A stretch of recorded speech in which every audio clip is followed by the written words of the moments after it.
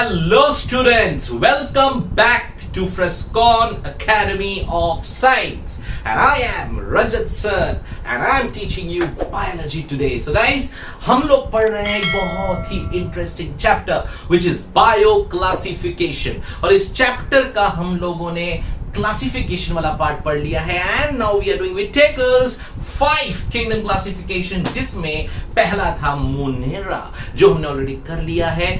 जो लोग पहली बार मेरे वीडियो को देख रहे हो आज, तो प्लीज जाइए और देखिए हमारे इसके पहले के वीडियोस जहां पे आपको सेल साइकोलॉजी पूरा कंप्लीट मिलेगा एंड क्लासिफिकेशन मिलेगा। So guys, if you are liking the videos, please हमारे इस छोटे से चैनल को बड़ा बनाने में हेल्प करो, थोड़ा सब्सक्राइब करो यार, कुछ नहीं जाता, बस बटन ही तो दबाना। देखो वहां पे, हाँ वहां पे एक बटन दबा दो, बस सब्सक्राइब हो जाएगा, ठीक है। And definitely like comment share. Today हम आज दूसरा किंगडम करेंगे after Monera. So guys, what's that? Yes, you all know that kingdom is kingdom protista. Yes, today we will be doing this kingdom which is called Kingdom Protista. It's a very important kingdom and very significant one. Why so significant? Because Protista ये बीच का है, ये बीच का है, समझे? मतलब क्या? इसमें थोड़ा मोनेरा है और ज्यादा फंगाई, प्लांटे, एनिमेलिया है, समझे? तो ये ना एक तरह का कनेक्टिंग लिंक है। यस, तो रिमेंबर, ये सवाल पूछा जाएगा आपको, Protista act as an connecting link, remember this. तो Protista is a type of connecting link, connecting link. It's a connecting link between what?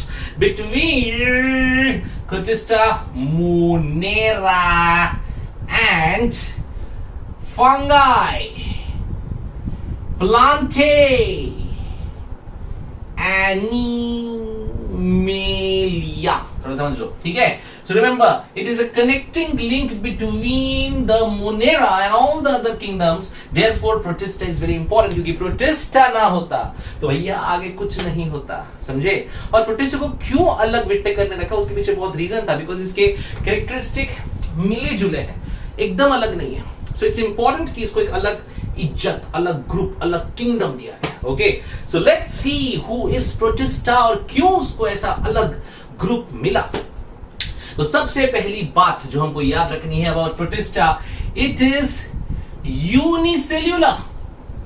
Remember, so Protista is unicellular. Oh my goodness, it is unicellular, but it is eukaryotic. ओहो sir, क्या बात करते, combination हो गया। जी हाँ, it's a hybrid, it's a combination, right? It is unicellular, it's a single cell organism, it's one cell, but it is eukaryotic. तो ऐसा यूकैरियोट जो सिंगल सेल का है, उसका नाम है protista. Yes, so it's a single celled eukaryote. अगर ये यूकैरियोट है तो डेफिनेटली इसका जो न्यूक्लियस है वो कैसा होगा? It is a well defined nucleus. Oh my goodness, remember, so it has a well defined nucleus. Why? Because it is eukaryotic, but it is unicellular. Okay, so it is well defined nucleus and it has all the membrane bound organelles. You remember? हाँ, कितने सारे Golgi, फिर उसके बाद ribosome, फिर mitochondria, दुनिया भर का ऑर्गेनिज्म हमने ऑर्गेनल्स पढ़ा था। ये सारे ऑर्गेनल इसके पास होते हैं, ये सब कैरेक्टरिस्टिक यूकैरियोटिक के हैं, लेकिन ये यूनिसेल्युलर भी है। मजेदार है ना? मिक्सचर है भैया, मिक्सचर, समझे? तो it's unicellular, eukaryotic, okay, it is one sailed, eukaryotic, it has well defined nucleus, it has all the membrane bound organelles also, and it has, remember, it has cilia and flagella in 9+2 pattern. जिन लोगों को 9+2 pattern नहीं समझ में आता तो please go into my lecture of cytology, जहां पे मैंने साइटोस्केलेटन में माइक्रोट्यूब्यूल्स के बारे में बात की है, और वहां पे मैंने 9+2 को बहुत डिटेल में बताया, एकदम नीट के लिए। ओके, सो गाइस, जिन लोग आज पहली बार ये देख रहे हो, अगर आपको ये नहीं आता तो please go to my cell psychology video and उस वीडियो में आपको साफ साफ प्यारा प्यारा दिख जाएगा what is 9+2 pattern. Okay, so we have well defined, we have membrane bound organelles and we have cilia and flagella in 9+2. so आप इन कैरेक्टरिस्टिक को देख के ही पता लगा सकते हो कि भैया इसमें मोनेरा भी है और इसमें फंगाई प्लांटी एनिमेलिया भी है, इसीलिए इसको बोला गया है connecting link between the Monera and the fungi Plantae animalia.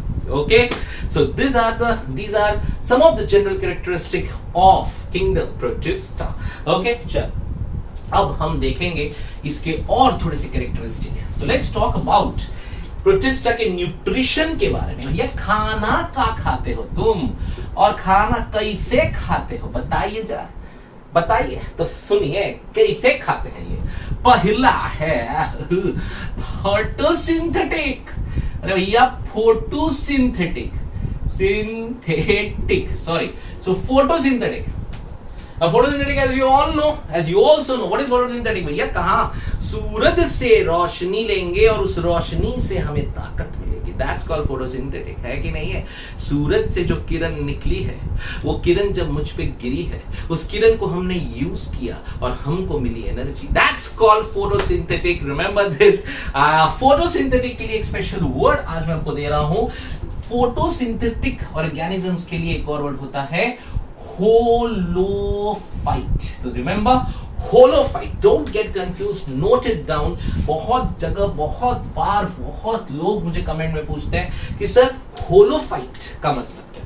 होलोफाइट कुछ अलग नहीं है, it is nothing but it is photosynthetic, जहां पे हम लोग सन के एनर्जी को यूज करते हैं और उसको यूज करके हम अपने अंदर के जो कॉम्प्लेक्स ऑर्गेनिक मैटर है या मटेरियल से उनको ब्रेक करते हैं सिंपल में और फिर उससे हम बनाते हैं energy. Right, so remember photosynthetic is all equal as holophytic. Okay, so photosynthetic and holophyte. Next you have to remember, now it is very important, remember it is holozoic or zootropic. So remember holozoic or zootropic. So again बहुत बार ये confusion आता है कि sir होलोफाइट और holozoic में क्या difference है. Remember holozoic मतलब हम जैसा, जो इंजेस्ट करेंगे रॉ मटेरियल को और अंदर तोड़ेंगे उसको कॉम्प्लेक्स से सिंपल में और सिंपल से उन्हें मिलेगी एनर्जी. समझे? That's called what, that's holozoic और जूट्रोपिक. तो what is holozoic? Remember holozoic का मतलब होता है कि जब हम इंजेस्ट करें, अगर ये वर्ड इंजेस्शन आ गया तो भैया कभी भी याद रखिए होलोजोइक आएगा ही. होलोजोइक के लिए आपको याद रखना है जो मेमोरी वर्ड है वो है इंजेस्ट. करेक्ट. सो अगर आप इंजेस्ट करते हो कोई चीज, कोई मटेरियल, जैसे भी प्लांट है, वो इंजेस्ट नहीं करता. वो क्या करता है, वो सूरज से रोशनी लेता है, वो रोशनी उसके ऊपर गिरती है और अंदर जाके उसके कॉम्प्लेक्स को सिंपल बनाती है और उससे उसे एनर्जी मिलती है ना. हम लोग सूरज के सामने खड़े होकर धूप धूप, we can not do that, we are not जादू. राइट, सो हमें खाना पड़ता है, हम उसे चबाते हैं, चबा के हमारे अंदर के जो एंजाइम है वो एंजाइम्स उन्हें क्या करते हैं, तोड़ देते हैं सिंपल में और फिर हमें मिलती है एनर्जी. भैया इसी को कहते हैं तो होलोजोइक एंड होलोफाइट. सो होलोफाइट में फोटोसिंथेसिस एंड होलोजोइक में इंजेक्शन करना पड़ेगा और इंजेस्ट करके तुम्हें अपना पार्टिकल्स तोड़ना पड़ेगा. Right, so remember one is photosynthetic and one is holozoic और zootrophic which is injection. Okay, so great guys, we have photosynthetic, we have holozoic, zootropic. One more, yes, don't go, wait. एक और होता है सैप्रोबिक. इसको saprophytic भी बहुत बार बोला जाता है. सैप्रोबिक मतलब बहुत easy, it is all about breakdown of decaying dead matter. समझा? जो मरा हुआ डेड मैटर होता है ना, उसको ब्रेक डाउन करेंगे एंड उससे कॉम्प्लेक्स हम सिंपल बनाएंगे और फिर हम उसको यूज करेंगे एनर्जी के लिए. ठीक है, तो इसके लिए जो स्टिम्युलस वर्ड आपके लिए होना चाहिए for सैप्रोबिक is dead.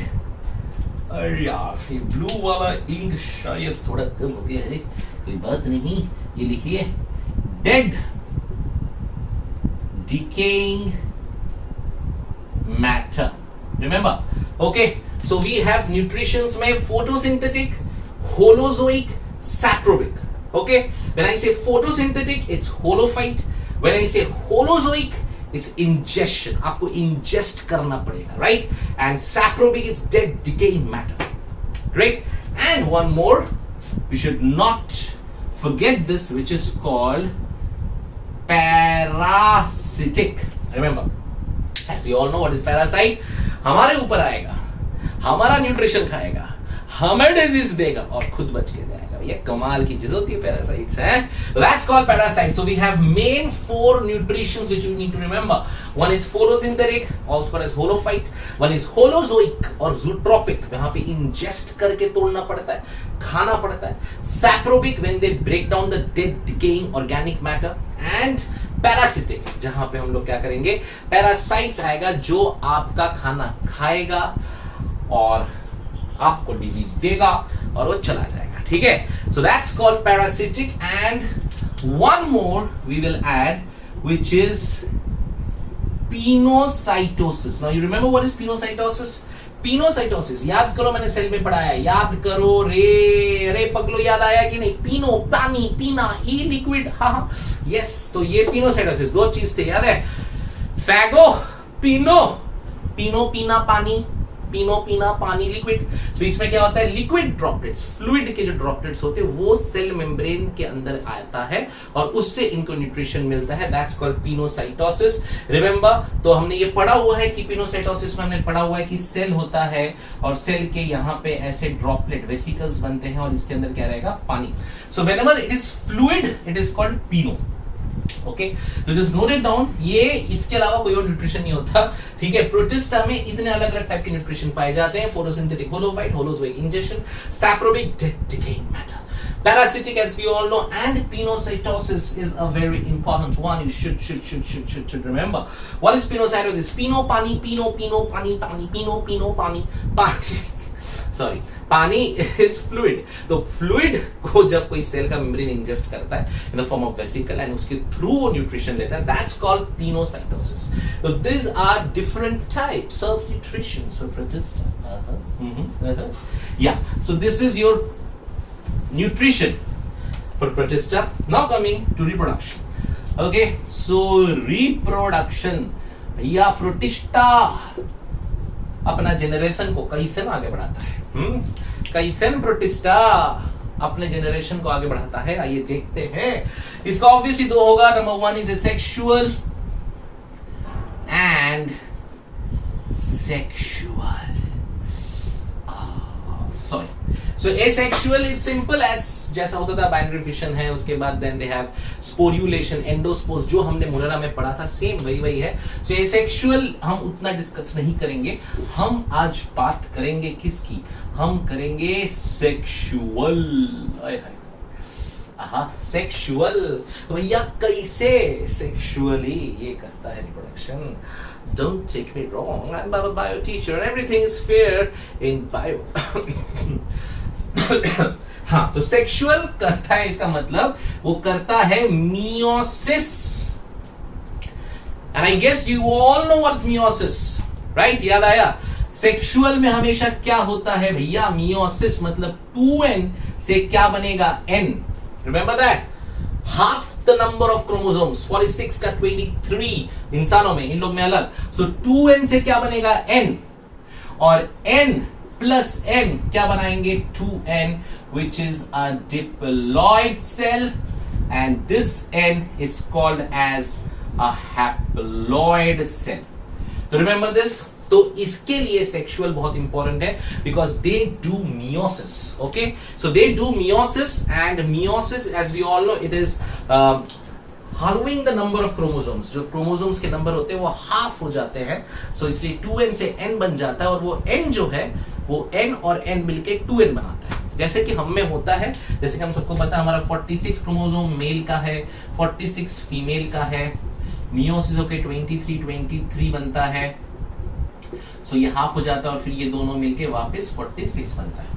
Right, that's simple. ये मियोसिस से हाफ हो गया और ये मियोसिस के 2 हैप्लॉइड आपस में मिलके क्या बन गए? Diploid zygote. Right, so same इनमें पाया जाता है which is meiosis, in which 2n से n बनेगा, n और n 2n बनाएगा. ठीक है, बट पहले मैं बात कर लूं सेक्सुअल रिप्रोडक्शन, इनके अंदर दो टाइप से पाई जाती है. Number one is called syngamy. Now what is syngamy? Syngamy जहां पे पहले मियोसिस होगा, मियोसिस से एन और एन बनेगा, ये दोनों मिलके वापस क्या बनाएंगे? 2n. That's called meiosis. So haploid, haploid, diploid, it's called a zygote, और ये जाइगोट से नया सेल बनके फिर हैप्लॉइड बनेगा. That's called meiosis. That's called syngamy. तो सिंगमी के मेथड में क्या हो रहा है? मियोसिस हो रहा है 2n का, और वो 2n से n और n हैप्लॉइड बन रहे हैं, वो हैप्लॉइड मिलके 2n बन रहा है जाइगोट का. ठीक है. But there is another process called conjugation, जो हमने पहले भी पढ़ा है बैक्टीरिया में. कॉन्जुगेशन में क्या होता है? This is what is this? This is fusion of two haploid cells, or we can say gametes. But what is conjugation? जहां पे क्या होता है? It is a permanent fusion. पर यहां पे क्या है? Temporary fusion. Okay? What is temporary fusion of two cells या two organism? If you remember, आपको अगर याद होगा कि इसमें क्या होता है कॉन्जुगेशन में, देखो इसमें दो बॉडीज जो होती है ना, ये दो बॉडीज आपस में टेम्पररी मिलती है, और इसका n और इसका n एक साथ जाके 2n बनता है. समझ रहे हो? ठीक है. दोनों का डिफरेंस समझ में आया क्या? इसमें डायरेक्ट n और 2n है, और ये 2n से फिर nn बनेगा. लेकिन कॉन्जुगेशन में क्या होता है? यहाँ पे temporary fusion of the two organism होता है, दोनों के बॉडी थोड़े फ्यूज होते हैं, एक रास्ता बनता है, उस रास्तों से जो प्रो हैप्लॉइड न्यूक्लियाई है ये पास होके इसके पास जाएगा और जाके हम लोग डिप्लॉइड बनाएंगे. तो दोनों में ये फर्क है, आपको याद रखना है कि प्रोटिस्टा का सेक्सुअल रिप्रोडक्शन होता है वो दो टाइप से हो सकता है. One is syngamy and one is conjugation. Conjugation is same as bacterial, हमने पढ़ा हुआ है. सिंगमी जो ज्यादातर यूकेरियोटिक में होता है. So again it is showing a kind of connecting link between the Monera and the eukaryotic organisms like fungi, plant and animalia, right? Okay, so remember syngamy and conjugation. Syngamy is जहां पे direct diploid से haploid बनेगा, और वो haploid मिल के they will make one more diploid, right? And conjugation, it's a temporary fusion. The stimulus word, remember, temporary fusion. It's a temporary fusion of two organisms, and they form a tube and they pass on the nuclei into the other. ठीक है? So remember this. These are the two types of sexual reproduction in Protista. But Protista में एक और बात बहुत ज्यादा important है. They show two types of life cycle. अब when I say life cycle मतलब उनकी पूरी जिंदगी कैसे जा रही है, right? So अभी जो हमने बात की सेक्सुअल रिप्रोडक्शन के दो टाइप थे, one is syngamy, one is conjugation. That is how they divide, how they do sexual reproduction, right? So उसमें हमने देखा सिंगमी जहां पे डायरेक्टली 2n से nn बना, वो nn मिलके फिर 2n बना, फिर वो जाइगोट ग्रो होगा, फिर जाइगोट को फिर मियोसिस होगा, n बनेगा, फिर 2n बनेगा, चलता है. And when it is conjugation we saw कि दो बॉडीज आएंगे, दोनों के बीच एक टेम्पररी फ्यूजन होगा, जहां पे एक न्यूक्लियाई वापस उसके पास जाएगा और जाके वहां पे एक नया 2n बनेगा और वो बॉडी ग्रो होगी, right? Now understand this. There are two types of, now this is very important all of you, because ये थोड़ा सा अलग है और खास है प्रोटिस्टा का. Okay, so you have to remember it word by word, note it down word by word. ठीक है?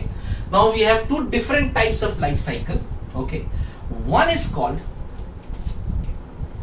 zygotic life cycle and one is called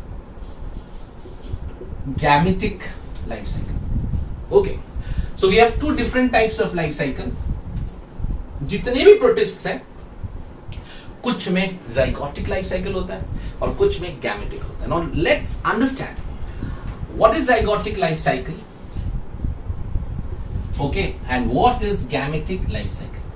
Now when I say zygotic life cycle, इसमें क्या होता है? देखो, इसमें हमारे पास एक 2n है which is a diploid. Okay, ये हमारा डिप्लॉइड है. ये 2n बाई मियोसिस क्या बनाएगा? n और n बनाएगा. ठीक है? अब ये जो n और n है ये by mitosis, we know what is mitosis, asexual, right, ये बहुत सारा n N N n cells बनाएंगे, ठीक है, they will do rapid mitotic division and there will be many n, यानी कि haploid nuclei. Now they are called as vegetative cells, correct, ठीक है। 2n से क्या बना, n बाय मियोसिस, ये n बाय माइटोसिस धनाधन डिवाइड होते जा रहे हैं, और थोड़े बहुत सारे हैप्लॉइड सारे बन गए। अब इनको सबको बोला गया वेजिटेटिव। इनमें से कुछ क्या बन जाते हैं, gametes. Now they are gametes. अब जब ये गैमेट्स बनाएंगे, ये दोनों मिलेंगे और मिलके वापस वो बनाएंगे 2n। समझे क्या हुआ, ठीक है, गॉट इट। पहले आपके पास एक डिप्लॉइड था, यही वाला डिप्लॉइड, ये डिप्लॉइड मियोसिस से n और n बनाया, ये n दे धनाधन डिवाइड करता गया बाय व्हाट, बाय माइटोसिस। और जब वो इतने सारे माइटोसिस किया तो तेरी भर गए सेल्स के थ्रू, और उन सेल्स का नाम हुआ वेजिटेटिव सेल्स। इनमें इतने सारे हैप्लॉइड में से कुछ खास बन जाते हैं क्या, गैमेट्स, जो आपस में फ्यूज बन के वापस क्या बनाएंगे, जाइगोट, और ये वापस घूम के इस तरह से चलता जाएगा। You got it. तो ये जाइगोट बना और ये जाइगोट वापस आके ये घुमाएगा, that is called zygotic life cycle, समझे। लेकिन इस पूरे साइकिल में ज्यादा आपको क्या दिख रहा है, हैप्लॉइड ज्यादा दिख रहे हैं या डिप्लॉइड ज्यादा दिख रहे हैं, आप खुद सोचो, मैं 1 सेकंड का वक्त देता हूं, हो गया, वाह। देखिए तो यहां पे इस पूरे चीज में आपको हैप्लॉइड ज्यादा दिख रहे कि नहीं दिख रहे, N N N N N धनाधन दे धनाधन दे धनाधन दे धनाधन दे, एन एन एन एन, इतने सारे एन हैं, so we have more haploid. तो मतलब ये जो जाइगोटिक लाइफ साइकिल है, यहां पे हैप्लॉइड ज्यादा टाइम स्पेंड हो रहा है उनके पूरे लाइफ साइकिल में, got it. Such type of life cycle is also called as what? Haplontic life cycle. Got it? So such a type of life cycle is called haplontic life cycle, जिसे हम zygotic life cycle भी कहते हैं। और इसी को हम लोग ने बोला zygotic लाइफ साइकिल, जहां जाइगोट से शुरू होगा और फिर वो मियोसिस बनके वो बहुत सारे क्या बनाएगा, हैप्लॉइड, और वो हैप्लॉइड को बोलेंगे वेजिटेटिव, और वो वेजिटेटिव से वापस कुछ खास सिलेक्ट होंगे to become gametes and they become a new diploid, और ये चीज जाएगी। दैट्स कॉल्ड जाइगोटिक, और जाइगोटिक को ही बोला जाता है, remember, haplontic life cycle.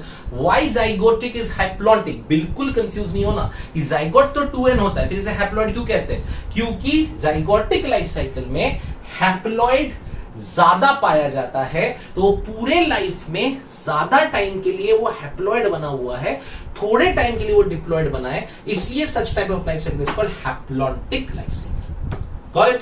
Now, what is gametic life cycle? So when we come to gametic life cycle, इसमें क्या होगा, इसमें मेरा 2n which is diploid, अब ये 2n के फॉर्म में, ये 2n ये 2n के फॉर्म में ही ज्यादा देर तक स्पेंड करेगा अपना लाइफ, ओके। और लेटर ऑन ये 2n के फॉर्म, ये जो तुम्हारा डिप्लॉइड सेल था ना, ये डिप्लॉइड के फॉर्म में ही पूरा जो है अपना लाइफ ज्यादा टाइम स्पेंड करेगा, एंड में वो क्या करेगा, खुद को डिवाइड करेगा टू बाय मियोसिस, एन बनाएगा और वापस वो क्या बना देगा, 2n, ठीक है, और ये 2n वापस यहां आ जाएगा। तो इसमें फर्क समझो, यहां पे 2n से n पहले बन जाता है, और बहुत सारे n माइटोसिस करके अपना टाइम स्पेंड करते in the form of mitosis haploid cells only, which are called vegetative cells. यहां पे ये 2n से वो 2n बन के रहता है, और वो 2n के फॉर्म में ही मैक्सिमम अपना लाइफ स्पेंड करता है, बस बाद में आखिरी में वो एक बार डिवाइड करके nn बना के और वो वापस 2n बन के फिट हुए। तो मतलब ये यहां पे 2n के फॉर्म में ही रहता है, पर यहां पे वो ज्यादा टाइम n के फॉर्म में रहता है, तो इसको हैप्लॉन्टिक बोला जाएगा, तो इसको बोला जाएगा डिप्लॉन्टिक लाइफ साइकिल। थोड़ा सा कंफ्यूजन क्यों होता है, हमेशा हम सोचते हैं जाइगोट 2n है सो ये डिप्लॉन्टिक है, बिल्कुल नहीं। Zygotic life cycle is haplontic, just remember, okay. Zygotic life cycle is haplontic and gametic life cycle is diplontic. Haplontic मतलब जहां पे हैप्लॉइड मतलब n के फॉर्म में पूरे जिंदगी में ज्यादा टाइम स्पेंड किया जाएगा, और डिप्लॉन्टिक मतलब जहां पे 2n के फॉर्म में ज्यादा टाइम स्पेंड किया जाएगा। ये चीजें नोट डाउन करो, लिखो, अंडरलाइन करो और दिमाग में बैठा लो, बिकॉज ये बहुत इंपॉर्टेंट है। If it is NEET, if it is anything, any entrance examination which has biology, okay, so remember this. Protista ka 2 types of life cycle, one is zygotic, one is gametic. Zygotic is haplontic, gametic is diplontic, okay, pakka, fine. So remember this is very important. तो हमने nutrition किया, फिर हमने reproduction किया। अब एक चीज की प्रोटिस्टा कितने टाइप्स के होते हैं, रिमेंबर फर्स्ट ऑफ ऑल आते हैं विच आर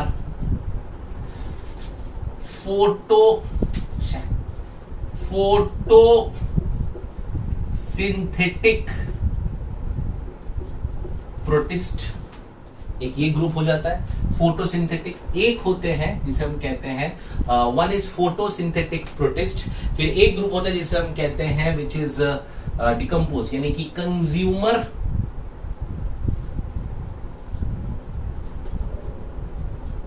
और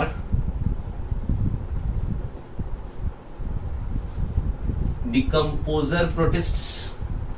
एक फोटोसिंथेटिक, कंज्यूमर, डिकम्पोजर, और आखिरी में एक आएगा जो हमारा है